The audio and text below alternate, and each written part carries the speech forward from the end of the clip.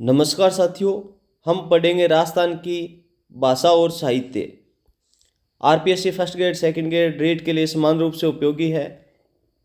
RPSC के पिछले exams के अंदर जो भी क्वेश्चन पूछे गए हैं उनको हम व्याख्या सहित पढ़ेंगे। पहला प्रश्न है अपना, राजस्थान की भाषा को सर्वप्रथम राजस्थानी नाम किसने दिया था, यानी राजस्थानी नाम है वो किसने दिया था। तो आंसर है जॉर्ज अब्राहम ग्रिसन। राजस्थान की भाषा को सर्वप्रथम राजस्थानी नाम किसने दिया, जॉन अब्राहम ग्रिसन ने दिया। जो जॉर्ज अब्राहम ग्रिसन ने अपनी पुस्तक लिंग्विस्टिक सर्वे ऑफ इंडिया 1912 में राजस्थानी भाषा का वर्गीकरण किया था। आगे है डिंगल साहित्य किस क्षेत्र और किस साहित्यकार जाति से संबंधित है। तो पश्चिमी राजस्थान और चारण जाति से संबंधित है। जो डिंगल साहित्य है ना वो किस साहित्यकार और जाति से संबंधित है, तो पश्चिमी राजस्थान में चारण जाति से। डिंगल पश्चिमी राजस्थान की साहित्यिक शैली है जो चारणों द्वारा रचित है, वीर रस की प्रधानता रखती है। पृथ्वीराज रासो महाकाव्य के रचयिता कौन है, चंद्रबरदाई है। चंद्रबरदाई पृथ्वीराज चौहान के दरबारी कवि थे, ने ब्रज भाषा मिश्रित पिंगल शैली में इस ग्रंथ की रचना की है।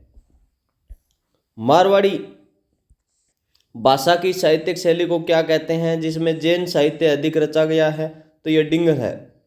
मारवाड़ी भाषा की साहित्यिक शैली को क्या कहते हैं, डिंगल कहते हैं, जिसमें जैन साहित्य अधिक रचा गया। सॉरी मित्रों, डिंगल शैली का प्रयोग पश्चिमी राजस्थान में चारण और जैन कवियों द्वारा किया गया। वेली किशन रुक्मणीरी नामक ग्रंथ की रचना किसने की, जिसे दुर्सा आडा ने 5वां वेद और 19वां पुराण कहा है। याद रखना, वेली किशन रुक्मणीरी नामक ग्रंथ किसने रचा है, जिसे दुर्सा आडा ने 5वां वेद और 19वां पुराण कहा है। तो आंसर क्या है, पृथ्वीराज राठौड़। वेली किशन रुक्मणीरी किसने रचा है, पृथ्वीराज राठौड़ ने रचा है। पृथ्वीराज राठौड़ ने इस ग्रंथ की रचना बीकानेर के राजा राय सिंह के छोटे भाई के रूप में रहते हुए की थी। राजस्थानी भाषा का सबसे प्राचीन ग्रंथ किसे माना जाता है, जिसकी रचना 1050 ईस्वी के आसपास हुई थी। तो राजस्थानी भाषा का सबसे प्राचीन ग्रंथ क्या है, भरतेश्वर बाहुबली घोर। भरतेश्वर बाहुबली घोर की रचना है वो वर्जसेन सूरि ने की थी। कवि सूर्यमल मिश्र की प्रमुख कृति कौन सी है, जिसमें बूंदी राज्य के इतिहास का वर्णन है, तो यह है वंश भास्कर। क्या है,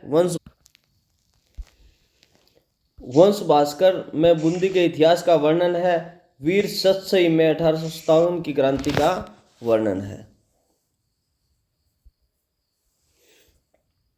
ढूंढाड़ी भाषा किस क्षेत्र में बोली जाती है, तो जयपुर, दौसा और टोंक में बोली जाती है। ढूंढाड़ी भाषा है वो जयपुर, दौसा और टोंक में बोली जाती है। ढूंढाड़ी भाषा जयपुर, जिसे ढूंढाड़ भी कहते हैं, के आसपास के क्षेत्रों में बोली जाती है।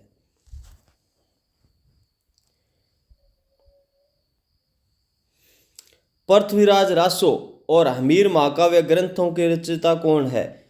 रणथंभौर के हमीरदेव चौहान के शौर्य पर आधारित है हमीर रासो और हमीर महाकाव्य।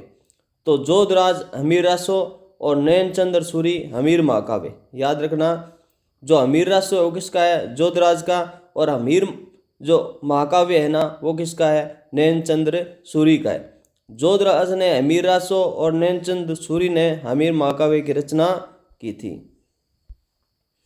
राजियारा सोरठा, वेली किशन रुक्मणी जैसे ग्रंथों को किस शैली में लिखा गया है, तो डिंगल भाषा में लिखा गया। राजियारा सोरठा और वेली किशन रुक्मणी डिंगल भाषा में है। डिंगल शैली पश्चिमी राजस्थान की साहित्यिक शैली है। बातारी फुलवारी नामक लोक कथाओं के संकलन की रचना किसने की, जो 14 खंडों में है, तो यह की थी कन्हैयालाल सेठिया ने। तो बातारी फुलवारी किसकी है, कन्हैयालाल सेठिया की है। कन्हैयालाल सेठिया ने बातारी फुलवारी की रचना की। कुछ स्रोतों में विजयदान देथक को भी माना जाता है, पर सेठिया प्रमुख है। डिंगल भाषा में वैली कृष्ण रुक्मणी नामक ग्रंथ के रचयिता पृथ्वीराज राठौड़ किस उपनाम से साहित्य रचना करते थे? डिंगल भाषा में वैली कृष्ण रुक्मणी नामक ग्रंथ के रचयिता कौन पृथ्वीराज राठौड़ किस उपनाम से साहित्य रचना करते थे? तो पिथल नाम से करते थे। किस नाम से करते थे? पिथल नाम से करते थे।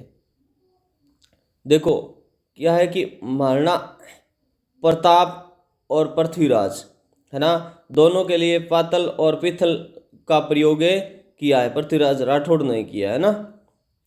जो महाराणा प्रताप है वो अकबर के दरबार में रहते थे, तब इन्होंने लिख करके है वो संदेश भेजा था, इसी के लिए इनका प्रयोग किया जाता है। पृथ्वीराज राठौड़ पिथल उपनाम से और महाराणा प्रताप है वो पाथल उपनाम से जाने जाते थे। मीराबाई के पदों की भाषा मुख्य रूप से कौन सी है? तो ब्रज या ब्रज मिश्रित राजस्थानी है। मीराबाई के पदों की भाषा ब्रज है या ब्रज मिश्रित राजस्थानी है। मीराबाई ने अपने अधिकांश पद ब्रज भाषा में रचे क्योंकि कृष्ण भक्ति में यह भाषा प्रधान थी। कानड़देव प्रबंध नामक ग्रंथ जिसमें जालोर के शासक कानड़देव और अलाउद्दीन खिलजी के संघर्ष का वर्णन है कि रचयिता कौन है? तो पद्मनाभ है। कानड़देव प्रबंध नामक ग्रंथ के रचयिता कौन है? पद्मनाभ है। पद्मनाभ ने कानड़देव प्रबंध की रचना की थी। मोहनोत नैणसीरी ख्यात के लेखक मोहनोत नैणसी किस शासक के दीवान थे? तो ये थे महाराजा जसवंत सिंह प्रथम मारवाड़ के दीवान थे। मोहनोत नैणसीरी ख्यात किसकी है? मोहनोत नैणसी किस शासक के दीवान थे? महाराजा जसवंत सिंह प्रथम। मोहनोत नैणसी को राजस्थान का अबुल फजल कहा जाता है जो जसवंत सिंह प्रथम के दीवान थे। ये भी याद रखना कि अबुल फजल कहा जाता है राजस्थान का, किसको? मोहनोत नैणसी को। मालवी भाषा किस क्षेत्र में बोली जाती है? तो मालवी बोली जाती है झालावाड़, कोटा, प्रतापगढ़ यानी दक्षिणी पूर्वी राजस्थान में। मालवी भाषा मध्य प्रदेश से सटे दक्षिण पूर्वी राजस्थान में बोली जाती है। नैणसीरी ख्यात किस प्रकार के साहित्य की श्रेणी में आती है? ख्यात श्रेणी में आती है। ख्यात इतिहास व वंशों के वृत्तांत से संबंधित साहित्य की शैली है। वंश भास्कर ग्रंथ को सूर्यमल मिशन के निधन के बाद किसने पूरा किया था? तो वंश भास्कर को किया था मुरारीदान ने पूरा। वंश भास्कर जो किसने लिखा है? सूर्यमल मिशन ने लिखा है। उनके निधन के बाद किसने इसे पूरा किया? तो मुरारीदान ने पूरा किया। मुरारीदान ने वंश भास्कर को पूरा किया। अचलदास खिंची वचनिका के रचयिता कौन है? तो शिवदास गार्डन है। अचलदास खिंची वचनिका किसकी है? शिवदास गार्डन की है। शिवदास गार्डन ने गागरोन की अचलदास खिंची के शौर्य पर वचनिका की रचना की थी। पिंगल साहित्यिक शैली किस क्षेत्र और किस साहित्य का जाति से संबंधित है? पिंगल है वो पूर्वी राजस्थान और भाट जाति से है। याद रखना, डिंगल है वो पश्चिमी राजस्थान से और चरण जाति से है, जबकि पिंगल है ना वो पूर्वी राजस्थान और भाट जाति से संबंधित है। पिंगल पूर्वी राजस्थान की साहित्यिक शैली है जो ब्रज भाषा प्रधान है, भाट व ब्राह्मण कवियों द्वारा रची गई है। शिशुपाल वध संस्कृत महाकाव्य की रचना किसने की जिनका संबंध भीनमाल जालोर से था? तो महाकवि माघ। शिशुपाल वध संस्कृत महाकाव्य की रचना किसने की जिनका संबंध भीनमाल जालोर से था? तो महाकवि माघ ने की। शिशुपाल वध किसका है? माघ का है या महाकवि माघ का है? तो महाकवि माघ संस्कृत के प्रसिद्ध कवि थे। मित्रों प्लीज़ चैनल को लाइक कर दिया करो, एक अंगूठा दबाने में आपको क्या जाता है, और अपने मित्रों के साथ जो तैयारी कर रहे हैं उनके साथ शेयर भी कर दिया करो जिससे मेरा हौसला बढ़े, है ना। आपके लिए बहुत अच्छे अच्छे वीडियो लेकर के आऊँगा RPSC first grade second grade exam तक। आगे अपना प्रश्न है कि वागड़ी भाषा मुख्य रूप से किस क्षेत्र में बोली जाती है? तो डूंगरपुर बांसवाड़ा यानी दक्षिण राजस्थान में बोली जाती है। वागड़ी भाषा है वो डूंगरपुर बांसवाड़ा यानी दक्षिण राजस्थान में बोली जाती है। वागड़ी बोली को भिल्ली बोली भी कहा जाता है। डिंगल और पिंगल शैलियाँ मुख्य रूप से किस भाषा से प्रभावित है? तो यह है गुर्जर अपभ्रंश से। डिंगल और पिंगल किस भाषा से है? ये आरपीएससी स्कूल लेक्चर 2018 में है मित्रों। क्या डिंगल और पिंगल है वो गुर्जर अपभ्रंश से है। राजस्थानी भाषा का विकास गुर्जर अपभ्रंश से माना जाता है। जिससे डिंगल और पिंगल दोनों प्रभावित है। लीलटांस और धरती दोरारी नामक प्रसिद्ध कविताओं के रचयिता कौन है? कन्हैयालाल सेठिया है। लीलटांस और धरती दोरारी नामक प्रसिद्ध कविताओं के रचयिता कौन है? कन्हैयालाल सेठिया। कन्हैयालाल सेठिया की ये दोनों कविताएं राजस्थानी साहित्य में अमर है। लीलटांस और धरती दोरारी नामक प्रसिद्ध कविताओं के रचयिता कौन है? कन्हैयालाल सेठिया। लीलटांस और धरती दोरारी नामक प्रसिद्ध कविताओं के रचयिता कौन है? यह है कन्हैयालाल सेठिया। तो मरुवाणी पत्रिका का प्रकाशन कौन सी संस्था करती है? ये करती है राजस्थानी भाषा साहित्य संस्कृति अकादमी बीकानेर। मरुवाणी पत्रिका का प्रकाशन कौन सी संस्था करती है? मरुवाणी राजस्थानी भाषा साहित्य संस्कृति अकादमी बीकानेर करती है। तो राजस्थानी भाषा साहित्य संस्कृति अकादमी बीकानेर द्वारा जागती जोत के साथ मरुवाणी का प्रकाशन किया जाता है। यानी राजस्थानी भाषा साहित्य संस्कृति कहाँ पर है? बीकानेर में। वो जो पत्रिका जारी करती है उसका नाम क्या है? जागती जोत भी है और मरुवाणी भी है। जागती जोत और मरुवाणी। केसरी सिंह बारठ ने मेवाड़ के महाराणा फतेह सिंह को दिल्ली दरबार में जाने से रोकने के लिए कौन सा ग्रंथ लिखा था? यानी केसरी सिंह बारठ ने महाराणा फतेह सिंह को दिल्ली दरबार में जाने से रोकने के लिए लिखा, उसका नाम क्या है? चेतावनीरा चुंगटिया। चेतावनीरा सोरठा भी कहते हैं और चेतावनीरा चुंगटिया भी कहते हैं। तो चेतावनीरा सोरठा में 13 सोरठे थे जिन्होंने महाराणा को झकझोरे दिया था। ढोला मारूरा दूहा नामक प्रेम कथा के रचयिता कौन है? तो ये कवि कलोल है। ढोला मारूरा दुआ किसका है? कवि कलोल। कवि कलोल ने इस प्रसिद्ध प्रेम कथा को दोहा शैली में लिखा था। डिंगल शैली में बीकानेर के राठौड़ों की ख्यात के रचयिता कौन है? दयालदास है। डिंगल शैली में बीकानेर के राठौड़ों की ख्यात दयालदास। दयालदास ने बीकानेर के राठौड़ों का इतिहास लिखा था। हल्ला जालारी कुंडलियाँ, ये क्या है? हल्ला जालारी कुंडलियाँ ग्रंथ के रचयिता कौन है? ईश्वरदास बारठ है। हल्ला जालारी कुंडलियाँ किसकी है? ईश्वरदास बारठ की है। ईश्वरदास बारठ की यह रचना प्रसिद्ध है। शिवचंद्र भरतिया को किस कृति के कारण राजस्थानी भाषा का पहला नाटककार माना जाता है? तो राजस्थानी भाषा का पहला नाटककार कौन है? शिवचंद्र भरतिया। किस कृति के कारण जाना जाता है? केसर विलास के कारण। किसके कारण? केसर विलास के कारण। केसर विलास राजस्थानी भाषा का पहला नाटक माना जाता है। नैणसीरी ख्यात को राजस्थान का गजेटियर किसने कहा है? नैणसीरी ख्यात को राजस्थान का गजेटियर किसने कहा है? तो डॉक्टर जॉर्ज अब्राहम ग्रिशियन ने कहा। नैणसीरी ख्यात को राजपूताने के इतिहास का सबसे बड़ा स्रोत माना जाता है। तो राजस्थान का गजेटियर कहलाता है। किसने कहा है? जॉर्ज अब्राहम ग्रिशियन ने कहा है। ढूंढाड़ी की उपबोली कौन सी है जो टोंक और उसके आसपास क्षेत्र में बोली जाती है? तो ये तोरावाटी है। ढूंढाड़ी की उपबोली कौन सी है जो टोंक के आसपास बोली जाती है? तोरावाटी। तोरावाटी शेखावाटी क्षेत्र की एक उपबोली है, जबकि किशनगढ़ी और नागरचौल भी ढूंढाड़ी की उपबोलियां हैं। आड़ोती भाषा किस क्षेत्र में बोली जाती है? तो कोटा, बूंदी, बारा, झालावाड़ आड़ोती क्षेत्र में बोली जाती है। आड़ोती भाषा दक्षिणी पूर्वी राजस्थान में बोली जाती है। बिसलदेव रासो के रचयिता कौन है? तो ये नरपति नाल है। बिसलदेव रासो के रचयिता कौन है? नरपति नाल है।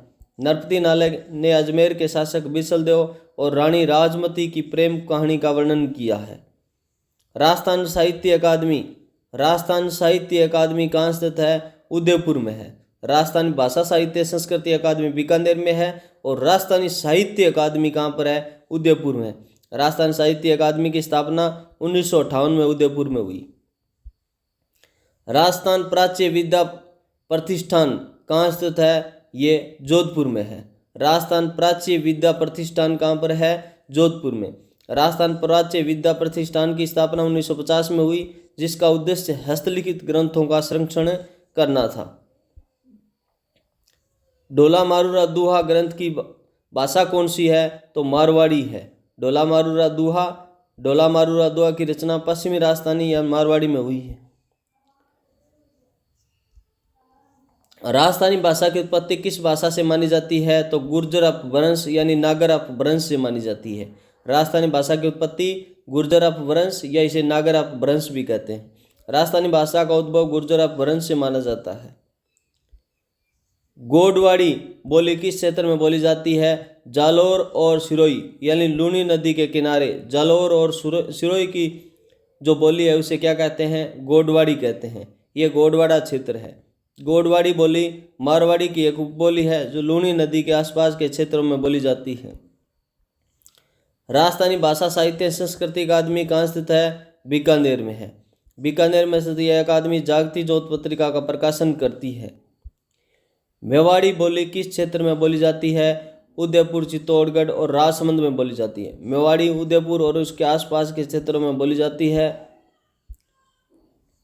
पातल और पिथल नामक कविता किसके द्वारा लिखी गई जिसमें महाराणा प्रताप और पृथ्वीराज राठौड़ का संवाद है? तो कन्हैयालाल सेठिया ने लिखी।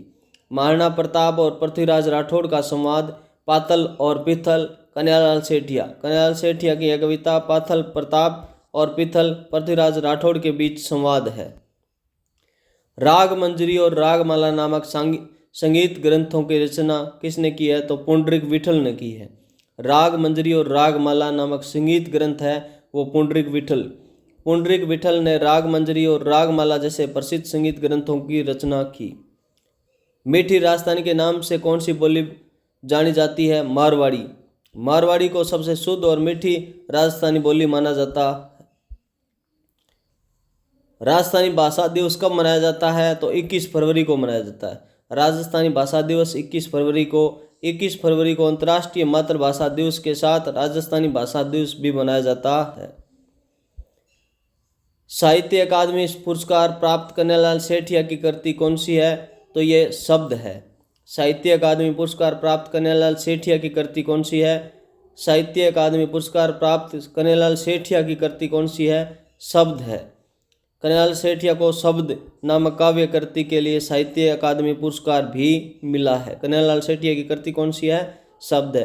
तो मित्रों प्लीज़ पोलाइट रिक्वेस्ट आपसे चैनल को आप सब्सक्राइब कर लो, लाइक कर लो और अपने दोस्तों के साथ शेयर जरूर करो। उदयपुर क्षेत्र में बोली जाने वाली मेवाड़ पर भीली भाषा का प्रभाव होने पर इसे क्या कहते हैं? खेराड़ी कहते हैं। उदयपुर क्षेत्र में बोली जाने वाली मेवाड़ी पर भीली भाषा का प्रभाव होने पर इसे क्या कहते हैं? खेराड़ी कहते हैं। खेराड़ी भीलवाड़ा और शाहपुरा क्षेत्र में बोली जाती है जबकि भीली का प्रभाव वागड़ी पर भी अधिक है।